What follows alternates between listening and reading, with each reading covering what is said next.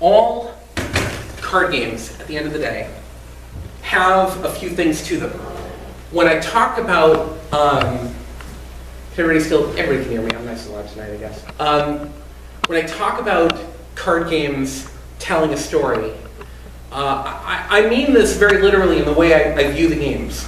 And not everybody does it in this way, but I view games as a series of nouns and verbs and adjectives. As goals and problems, goals to achieve, problems to overcome. Games that have a story in it, so not cribbage, although I love cribbage, have those sorts of things. So to use Ascension as an example, you would have, here we go. So to use Ascension as an example, you have Star Child, right? It's a life-bound hero, it's giving you a resource point and a victory point, and it's drawing you a card. This is a verb, okay? You play this and it enables you to do a thing. Playing this gains you stars, it gains you honor, it gains you runes, okay? Compare that to, for instance, Tormented Soul, which is a monster. Tormented Soul is a monster that, I probably should pull up a website, I can bring it up. It's a monster, you defeat it. It's a problem to overcome. Defeating it gives you things. It happens to give you victory points towards winning the game.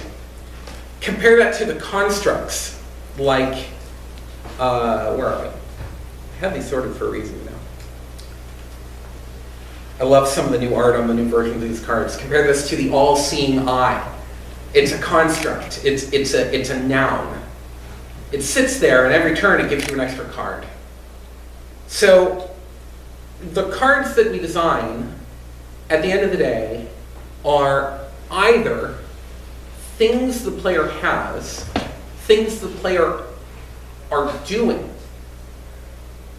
things that the player are overcoming, or things the player are trying to reach. And not every game will have all four of those things. To make this a Magic the Gathering discussion, your instants are your verbs, and your creatures are your nouns, and your enchantments are sometimes nouns and sometimes adjectives, and planeswalkers are broken. That was a joke, it didn't work. That's fine. Okay, so up here, or on the papers in front of you, you'll see that I have a whole bunch of problems. And I'm going to briefly talk about the rules I've written, which are just enough for there to be a game, with a ton of fill-in-the-blanks for everyone else to together come up with. Okay? So I have a card called Minor Problem 3. And you can overcome this with 2 red and 1 blue power. Or you can overcome this with 5 power, and then it gives you 2 victory points. And it also has some reward. I have no idea what this reward is. The reward would ideally be attached to the problem, and the problem would be ideally attached to the theme. And we don't have a theme yet. So there are problems, okay? There are also nouns. So this noun costs 3 of any power to acquire. And once per turn, something happens. I don't know. I mean, once per turn, you gain a red power. Once per turn, you draw a card. Once per turn, you choose a random card for your opponent's hand, they discard it, and they draw another card. So if this was a psychic battling card game, you can have the Psychic Attenuator, and it's this gem attached to your forehead, and you shoot a beam out of it, and it hits your forehead, and you discard a card and draw another card. I'm scrambling your brain. I'm not hurting your options in total, but I'm hurting your options in particular. in a deck building card game, that mechanic is not actually ideal for reasons I'll get into another time. But that's one option. So I took a mechanic, making your opponent discard cards, and then I quickly drew a lore behind it. You can also design cards another way, where you say, okay, I have this box. What does this box do? Once per turn, you get +1 gamer cred. I don't know what gamer cred does yet. But if this box is the most important thing, I will design from here. And with authority, I knew that body slam was the most important thing. If you get the body slam right, everything will go around from there. In Chronax, it was the nuclear weapon. I didn't design the first set. I was part of their beta test, but their nuclear weapon, High Flux Nuke, was their tonic, was their base card. And if they made a card that felt like a bomb blowing up in a city,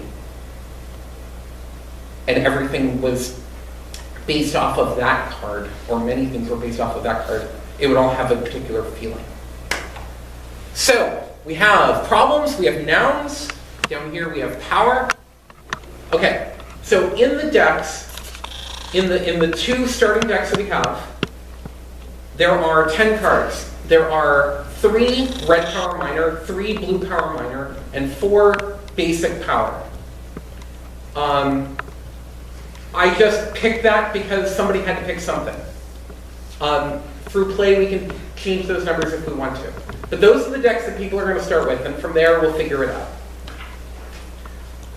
The only other rule that you guys need to know is that separate from the center row, because there will be a center row in this game, because, again, I'm picking the start, and we'll, as a group, alter if we need to.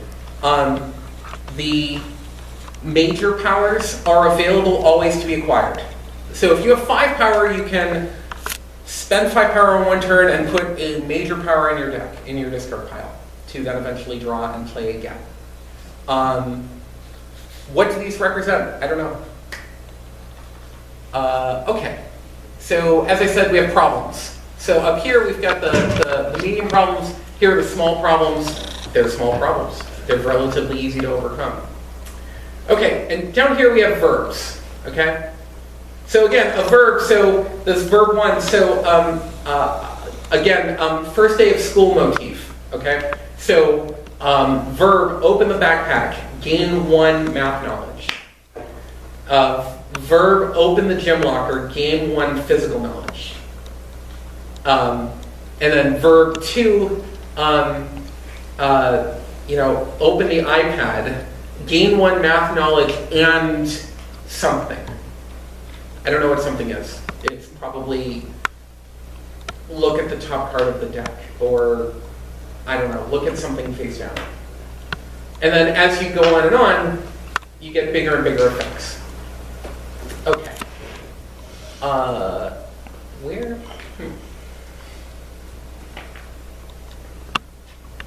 Here we go. One more. Where did the goals go? Oh, there we go. Okay. I wasn't as scrolled up as I thought I was. So then, I also have goals. So rather than having it just be a thing that you must defeat, it can also be a thing that we must achieve. I don't know what these things are. So that's the basics, okay? So we're going to come up with some themes, and from there we're going to talk about some mechanics, and from there we're going to talk about some cards, and then we're going to make these cards happen. I printed out all of these cards and cut them up and put them into card sleeves with Magic the Gathering cards behind them. They look like this. So I could talk about the mechanics of physically assembling. I'll get a little closer for this. So I'll talk about the mechanics of physically assembling prototypes another time, but basically these are card sleeves. You can buy them at any card store. They're about $10 for about 100. You'll want 500. Here's a Magic the Gathering card. You almost certainly have way too many of these.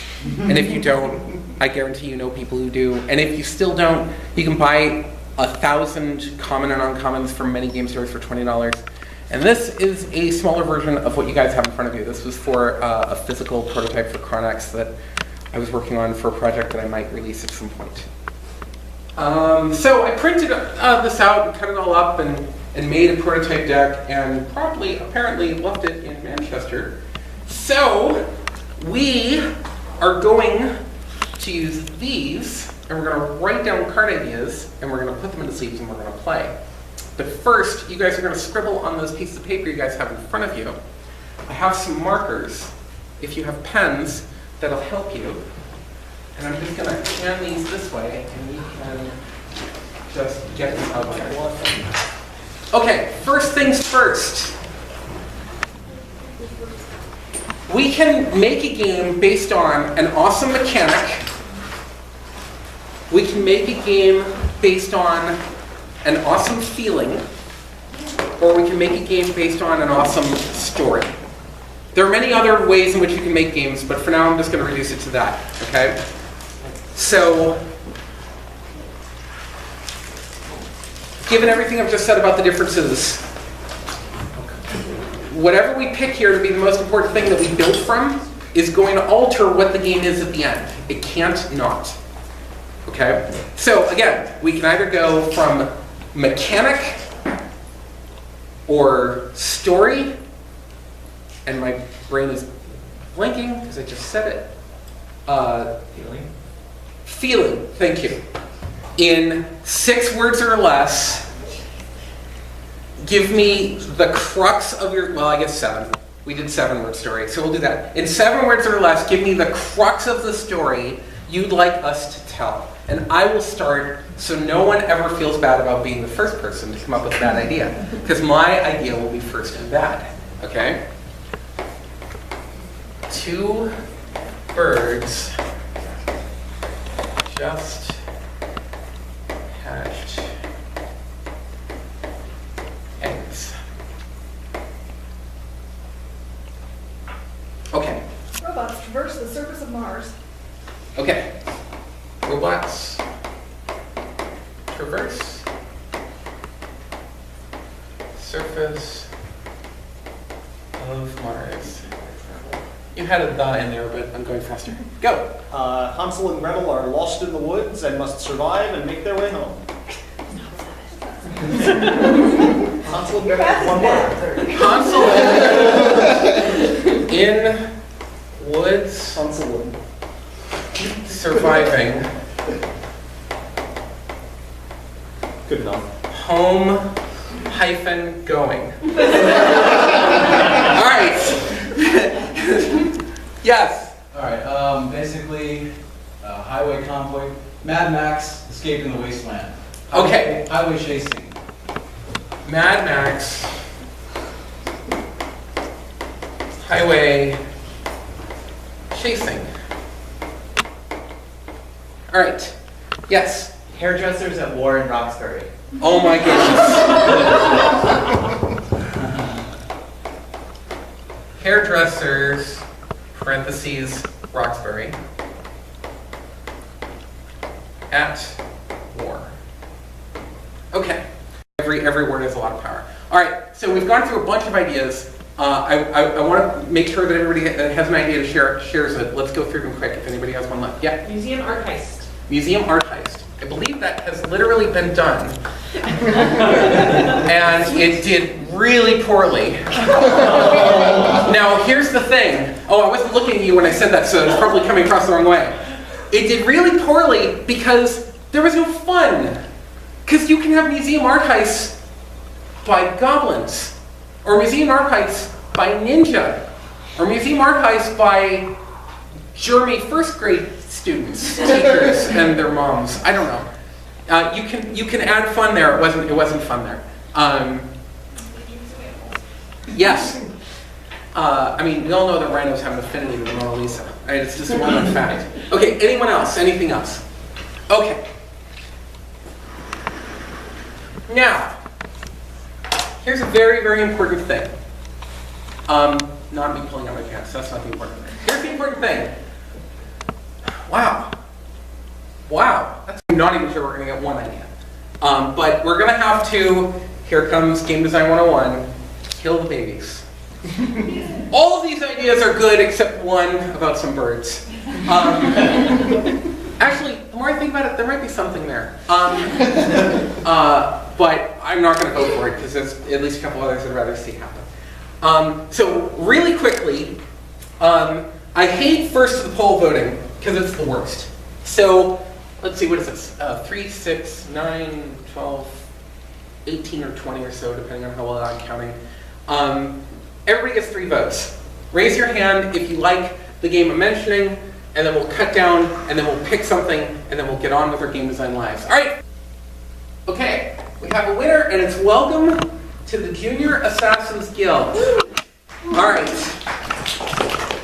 All right, everybody give yourself a round of applause, because we just went through an awesome thing. Okay, so now we have a story.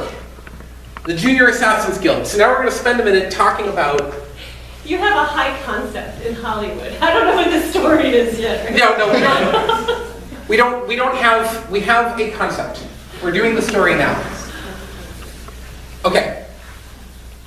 We're going to do this improv style, where there is no, because we no longer have time for no's.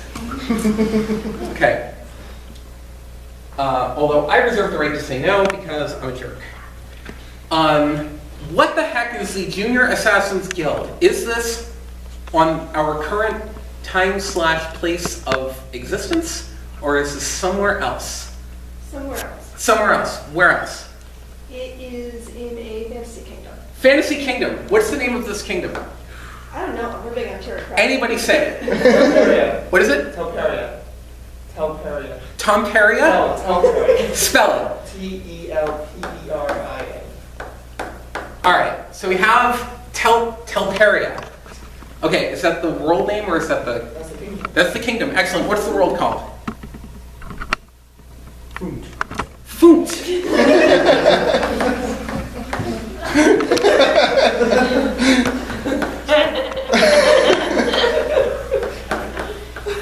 I'd like to apologize to the people that are watching this video because the writing is quick and not pretty. Okay, I would like 2 other kingdom names, please. Somebody who's not contributed. Yes, Alzan. spell it. Alzhan. And Brox. Why? Because X is an awesome letter. No, really, I mean it. Brady Dartmouth wrote this great article on the Magic the Gathering website talking about hard letters and how they make people think negative things automatically. X and J and K and Q, especially if it's not next to a QU. It sticks out and people aren't used to it, and things that people aren't used to, people don't like. And so guess what? We have the bad guys. Brox are the bad guys. Okay, so Brox are the bad guys. My belt is the bad guys. All right, so who are the good guys? I'd say that the first group we named are the good guys. And so we have these middle-y guys, the Alzan. Who knows what they want to do? Okay, what is the object of this game? Are the Junior Assassins Guilds? What are the Junior Assassin Guilds? I'm assuming there's one in each of these kingdoms, right? Because it would be remarkably unfair for there to only be one Junior Assassin's Guild. Actually, let's start this. Which of those was the first group to create the Junior Assassin's Guild? All right, raise your hand if you think it's Brox. No. Right, all right, that's the majority. We'll go with that. All right, Brox created the Junior Assassin's Guild. The other kingdoms said, wow, this is a really good idea. Their assassins are way better than ours. Telperia said, what's an assassin? All right, fine.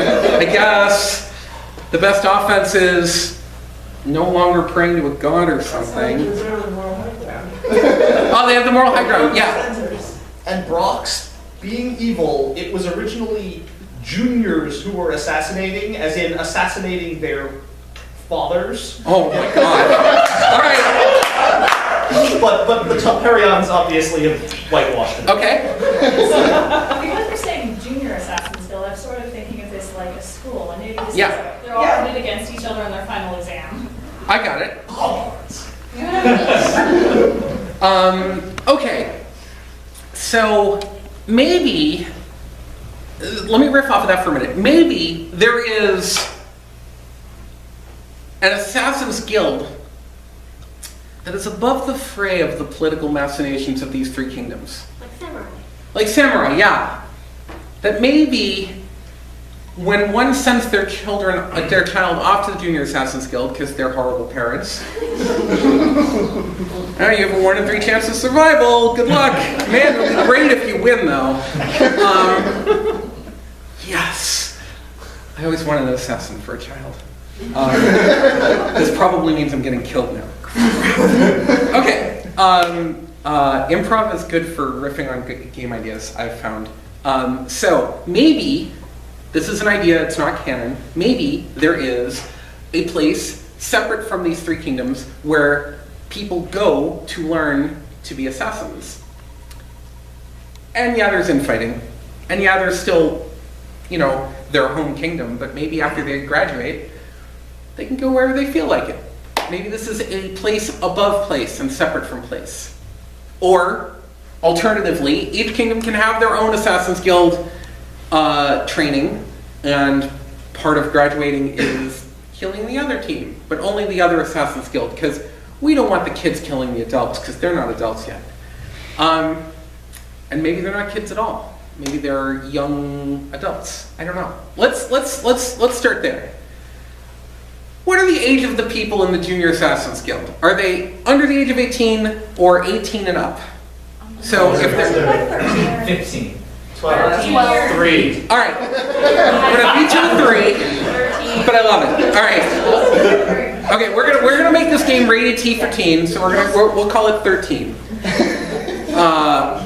13 and up. Okay. So is it that these junior assassins are killing other kingdoms' junior assassins so that they have permission? That is to say, well, if your junior assassin kills our junior assassin, that's not going to start a war, because we know that this happens. But don't kill the prince, because that would be not okay. Is it that, or is it that they all go off somewhere and then come back? What do you think? Could it somehow be both? Like, maybe you're supposed to assassinate a target in the other kingdom, but you might want to kill the other team before they get there first. Oh, I like that. Okay, so I heard a few different ideas. How do we want to go from this? I don't exactly know which is the best way to go from here. Are the players junior assassins, or they are masters who are assembling some sort of the guild? Ooh, did you guys hear that? Yeah. What do you guys think of that? I like that. Because I like that. And what comes along with that is, much like in Ascension, where you are the champion and you're assembling your allies, or Star Realms, where you're the Armada captain and you're assembling your fleet. Assembling is a very standard kind of thing in these sort of games, and I like that. So we'll go with that, okay? So here's what I think we have so far. We have our world called, for now, Foont. In the world of Foont, we have 3 kingdoms. Telpuria, the good guys. Alzon, the middling peeps. And Brox. There is, we need a name for this training facility, and it cannot be called Hogwarts for IP reasons. This training facility will take anyone from anywhere and give them a clean plate upon which they will spill the blood of their enemies. You, the player, are the leader of one of the guilds. You are new to the school. You are not 13. You are, I'm guessing, 15, sure. We're going with that. So you're a graduate of the guild? They graduate people in 2 years. or get killed in 2 weeks. That's how it goes. You have graduated. You've gone through the 2 3-year schooling, and you are now a seasoned veteran at age 15. You've got the scars to prove it. Physical and emotional. It's like okay. people who weren't good enough for the field, and you just teach them. You know, if you say that again, I might have to send somebody to your house. You wouldn't say that if you were standing in front of him with that cutlass. Cutlass, noun. It's an item card, so that's a card. So you are a grizzled veteran, all of 15 years, and you are now taking in the new fresh meat, and you are assembling a guild So your guild can be better than all the guilds that rejected you. Okay? You weren't cool enough to be in one of the real guilds. Ah, revenge story. That's exactly what it is. You are building, here's what I think we should do. I'll act as a project manager now. Here's where I think we go with this. You are building your guild to earn the favor of the kingdoms, one or more of them. Possibly even none of them, if you're that badass. You need to be better than the other guild that's being created, whether it's better politically or better with the backstabbing or the front stabbing. I prefer front stabbing. It's more gentlemanly. You shake their hand and then shank it. Your mom said hello, and that actually goes places I don't mean, especially with 13-year-olds. Let's move on. That's not how I meant that. We're going to edit this out, right? Okay. So that's where we go. So that's the basic thrust of the game. You are building a team to defeat the other team and then to gain vengeance on all of those that dared pass you by on the kickball field of assassinating. Okay, does anyone epically hate what we've just come up with? And by the way, it's okay if you do. I wouldn't expect everybody to think that this is a great idea. All right, how many of you like the idea we've created together here? Yeah? Okay. Oh, this is great. Great, so when we sell this game, we already have like 30 customers. No, all right, okay, so we have a shared communal vision in mind, okay? So now here's what we're gonna do. We're gonna turn that creative vision into a random pile of card ideas. And here's how we're gonna do that. You guys are all in groups, okay? What I want people to do, it's gonna be completely incoherent at first, and we're gonna hammer it into something. We're gonna spend the next 7 minutes scribbling on these pieces of papers we have. So keeping in mind nouns, so let's just talk out loud for a minute about a few ideas. So I mentioned cutlass as a weapon, as an obvious noun. We don't have to get specific as to weapon, but or cutlass, but weapon is a noun. What other types of nouns would we imagine this game having? Can we have magic items? Absolutely. Poisons. Sure. Hall pass. A hall pass.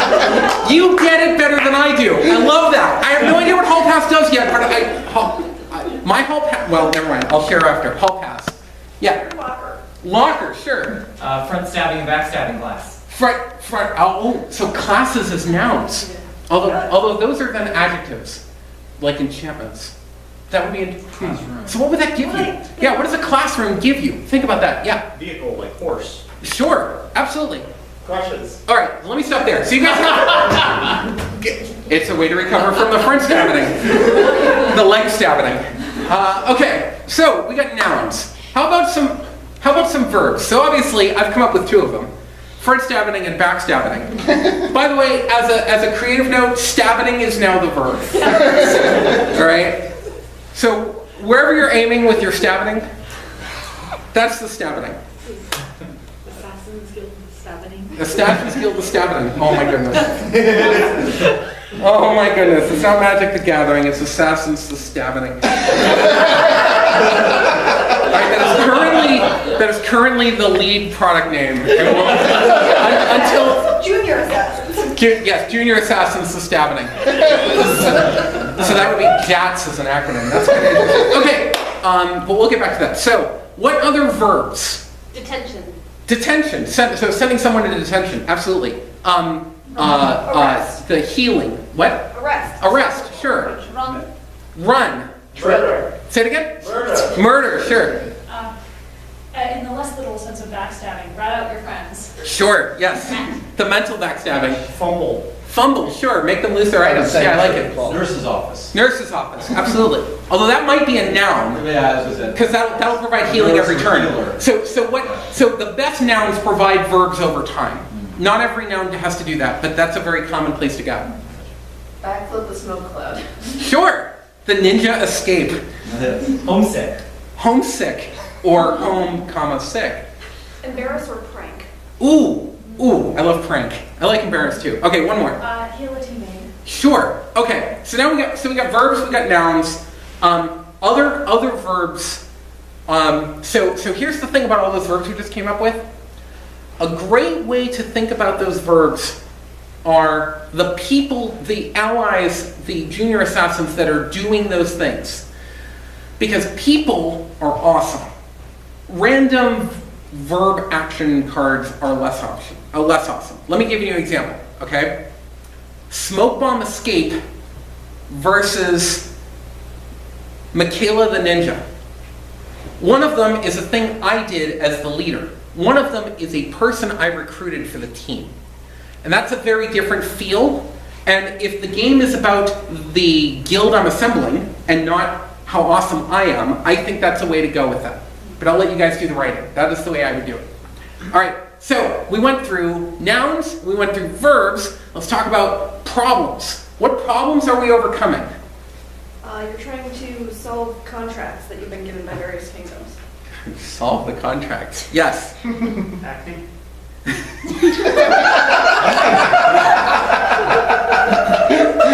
right, so let me push back a little. How does solving acne help you be a better junior assassin?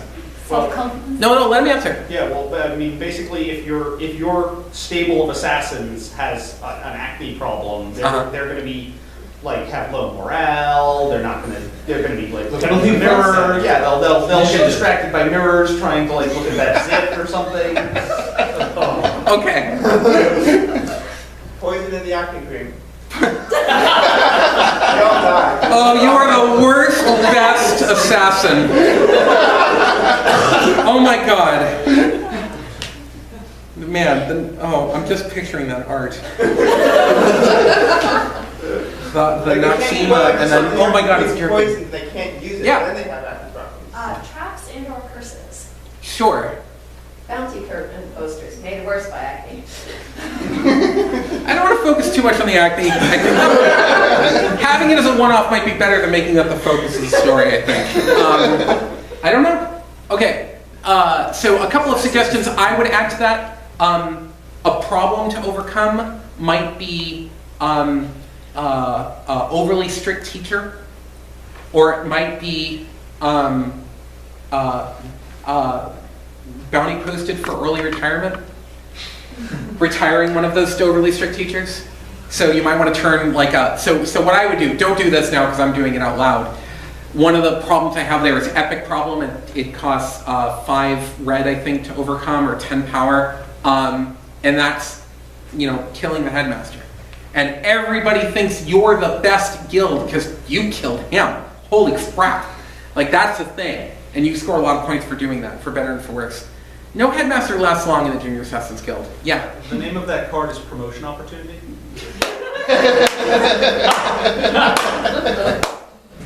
All right, you're on the creative team. Okay, goal. So what I just said might actually be a goal rather than a problem. The difference between goal and problem is mostly flavor, but not entirely. Problems are, like the best problem, when it comes into play, people don't like it. And it causes a problem. For instance, no one may draw more than 5 cards a turn because you draw 5 at the start of the turn. Well, that's a problem, especially if you have a bunch of cards that want to draw more cards. I'm getting into the mechanical part here. What else? What other goals might the player want to achieve with their team? Yeah. Discredit other guilds? Discredit other guilds. I like it. I want the prettiest guild as a goal. As a goal. My guild is awesome in their black leathers, and everybody's utterly fearful of them, and that reputation is a goal in and of itself. Exclusive supplier contract with services to a wealthy client. Supplier and contract. Yes, I like it. Train a star pupil, or have them reach a... Oh, I like it. Like high recruit, right? Like now that takes me into football team recruiting in college, where you want to get the most obnoxious 12-year-old from Brox, and you want to bring him in and hone that talent to become this wicked killer. Most improved. Huh? Most improved. Yes. Everyone's just tripping over their shoelaces every time they try and dice someone. I like it.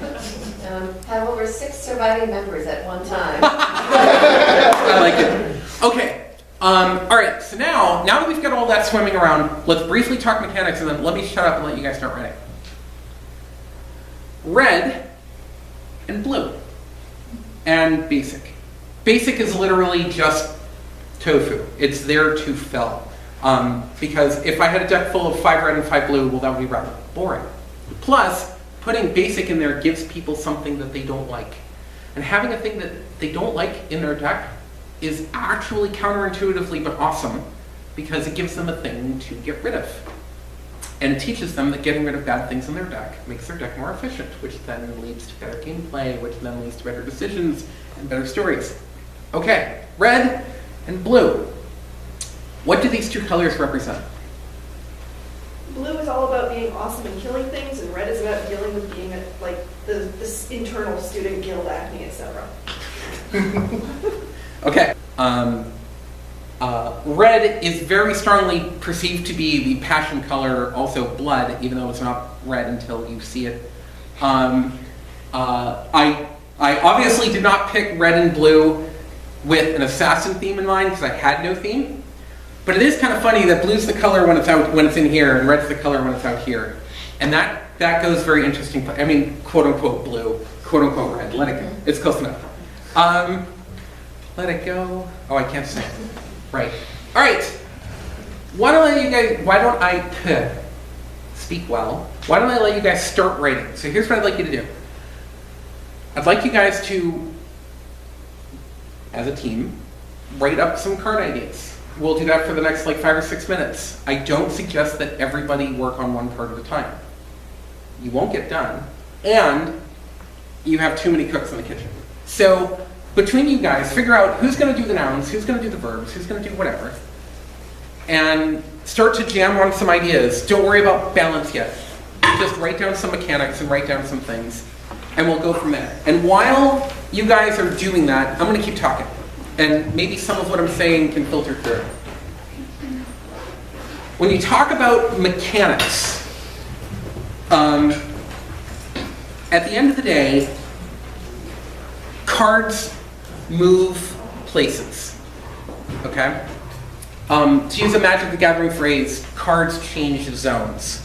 So you can draw cards, and you can discard cards, and you can remove cards from the game, which I used the word dismiss on one of these cards, which is actually hilarious that it ends up fitting in the theme. In Ascension, they use the word banish. In Star Realms, they use the word scrap.